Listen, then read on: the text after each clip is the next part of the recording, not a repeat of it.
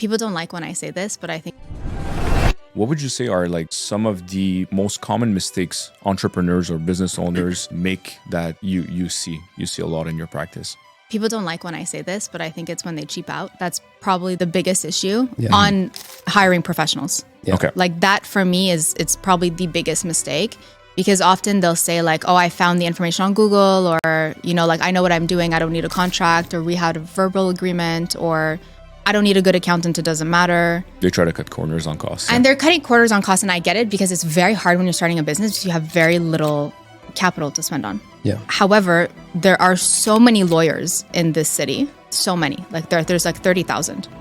And I'm sure even in your profession, there's so many people that they can consult. Like I'm sure you can find someone that fits into your budget, whatever your budget is. Yeah. There's also people that offer free services. The thing is that when you don't consult with anyone at the onset, you might not have the right business structure. You likely have contracts that are from like Law Depot, or like just like a template or something online that was never actually formulated for your business. You have, you know, accounting issues, tax issues with the government. And then you have a bunch of verbal agreements with employees that you're going to give them shares, you're going to give them this, you're going to give them that, but you don't actually remember what you told them. Yeah. Like we often get that where clients come see us after 5 years and they say to us, well, I hired this employee, I'm not paying them anything. And I told them I would give them shares, I don't remember how much. Okay. So it's like, well, you should have prepared yourself at that moment.